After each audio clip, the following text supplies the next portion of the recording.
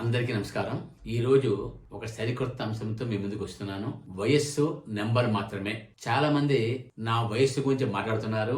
వాళ్ళకి ఒక్కటే చెబుతున్నా, వయస్సు ఒక నెంబర్ మాత్రమే. నేను రోజుకి 18 గంటలు పనిచేస్తున్నా. మీకు అర్థమయ్యే ఉంటుంది. వారెవరో వారే ఆంధ్రప్రదేశ్ ముఖ్యమంత్రి శ్రీ నారా చంద్రబాబు నాయుడు గారు. వయస్సు 74. 60 ఏళ్లు దాటిన వారు ప్రపంచంలో చాలా సంస్థల్లో ఉన్నతమైన స్థానాల్లో ఉన్నారు.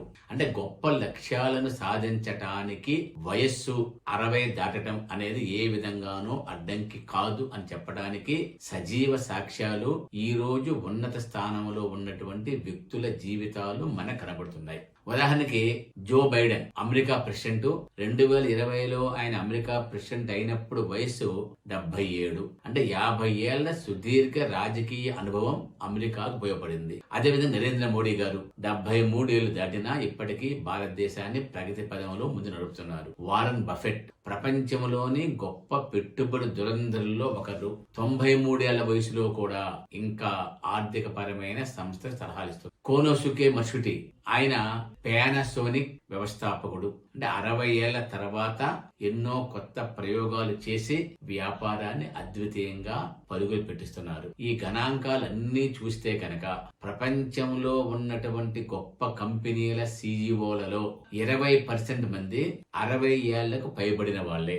వ్యాపార సామ్రాజ్యాన్ని విస్తరించినటువంటి ప్రతిభావంతులు సగటు వయసు 64. అదేవిధంగా రాజకీయాల్లో అత్యున్నత పదవుల్లో ఉన్నటువంటి రాజకీయ నాయకుల సగటు వయసు 62, 66 మధ్య ఉంది. Indian film stars Amitabh Bachchan 82, Rajinikanth 74, Chiranjeevi 69, Mohan Lal 65. కాబట్టి వృద్ధాప్యం అనేది శాపం కాదు. వృద్ధులు గత కాలపు వైభవానికి, చరిత్రకి చిహ్నాలు. యువతరానికి వాళ్ళ యొక్క సంస్కారానికి వీళ్ళు సంకేతాలు, అనుభవ కాసారాలు. వారిని ఆప్యాయంగా, అనురాగంతో ఆదరించండి, సలహాలను పొందండి, అనుభవాలు స్వీకరించండి. నేటి ఈ ప్రవర్తనే రేపటి మీ పరివర్తన. గొప్ప గొప్ప విద్యా సంస్థలు గాని, వైజ్ఞానిక సంస్థలు గాని 60 ఏళ్ల పైబడిన వాళ్ళనే కొత్తగా రిక్రూట్ చేసుకుంటున్నాయి. ఉన్న వాళ్ళలో సీనియర్ సిటిజన్ కి ఉన్నతమైన స్థానాల్లో కూర్చోబెడుతున్నారు. దీనికి సంబంధించి అమెరికా ఒక అధ్యయనం చేసింది. ఆ అధ్యయనం ప్రకారంగా అత్యంత ఉత్పాదక వయస్సు 60 దాటిన తరువాతే అని కనుక్కున్నారు. అంటే మనిషి జీవితంలో 60-70 మధ్య ఉండేది అత్యంత ఉత్పాదక వయస్సు. అంటే దశ 1. 70 నుంచి 80 ఇది 2వ అత్యంత ఉత్పాదక వయస్సు. 50 నుంచి 60 ఇది 3వ ఉత్పాదక వయస్సు. అంతేకాదు ఇప్పుడు మీకు ఒకసారి గమనిస్తే నోబెల్ బహుమతి విజేతల యొక్క సగటు వయస్సు 62. ఫార్చ్యూన్ 500 కంపెనీలలో ఉండేటువంటి సిఇఓల సగటు వయసు 63. అమెరికాలో ఉన్నటువంటి 100 పెద్ద చర్చిల్లో ఫాస్టర్ల సగటు వయసు 71. పోప్ సగటు వయసు 76. అంటే ఇవన్నీ మాకు ఏం చెబుతున్నాయి? మీ జీవితంలో ఉత్తమ సంవత్సరాలు 60 నుంచి 80 వరకు అని దేవుడు చెబుతున్నాడు. అప్పుడు మీరు ఉత్తమమైన పని చేయగలుగుతారు. ఇది new England journal of medicine లో ప్రచురించబడినటువంటి సర్వే రిపోర్ట్. కాబట్టి 60 వద్ద మీరు గరిష్ట సామర్థ్యాన్ని పొందుతారు. 80 తర్వాత మాత్రమే వృద్ధాప్యము అనే మాటను వాడండి. అందరికీ అవకాశాలు లేకపోవచ్చు, కానీ మిమ్మల్ని మీరు నమ్మాలి. ఉత్సాహంతో పని చేయాలి.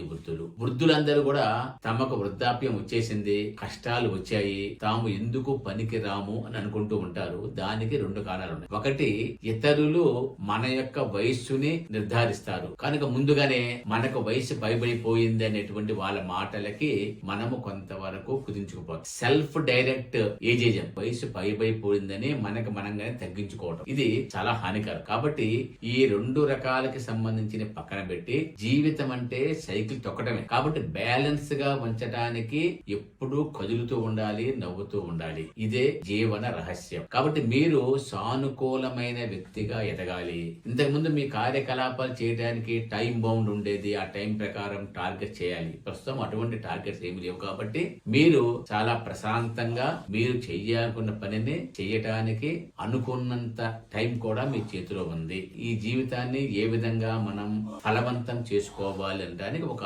6-7 సంవత్సరాలు చెప్తాను. కొత్త ఆసక్తులు, కొత్తగా ఉండేది ఏదైనా అభిరుచులు ఏదైతే ఉన్నాయో వాటిల్ని మనం అన్వేషించాలి. వాటి పట్ల మనం మక్కువను పెంచుకోవటము. ఉదాహరణకి వంట నేర్చుకోవడం, కొత్త వంటకాలు చేయటం, కొత్త అభిరుచులు, లేదా దీనికి సంబంధించి యూట్యూబ్ సూచనలు, లేదా పుస్తకాలు చదవటం, ఇటువంటి మంచి అలవాట్లని, మంచి అభిరుచుల్ని అలవాటు చేసుకోవాలి. ప్రతిరోజు బయటికి వెళ్ళటం, ఎండలో వేసవిలో 1 గంట పాటు నడవటం, పార్కుల్లో వాహ్యాలకు వెళ్ళటం, ఇవన్నీ కూడా ఒంటరితనం నుంచి బయటపడటానికి మనకి ఉపయోగపడేటువంటి చిట్కాలు. ఇవన్నీ కూడా మన యొక్క మానసిక స్థితిని మెరుగుపరుస్తుంది, ఆరోగ్యానికి చాలా ఉపయోగపడుతుంది. బయటికి వెళ్ళటం కష్టంగా ఉండేటువంటి వృద్ధుల కోసం వాళ్ళ ప్రాంగణంలో ఉండే మొక్కలు ఉంటాయి, మొక్కలను చూసుకోవడము, లేదు అంటే గనక సంగీతం వినటము, పాత మెలోడీలు ప్లే చేసుకోవటం, మంచి అనుభూతిని పొందటము, విటమిన్లు, అవసరమైన మందులను తీసుకోవటం అనేది క్రమం తప్పకుండా చేయాలి. నవ్వుతూ ఉండాలి.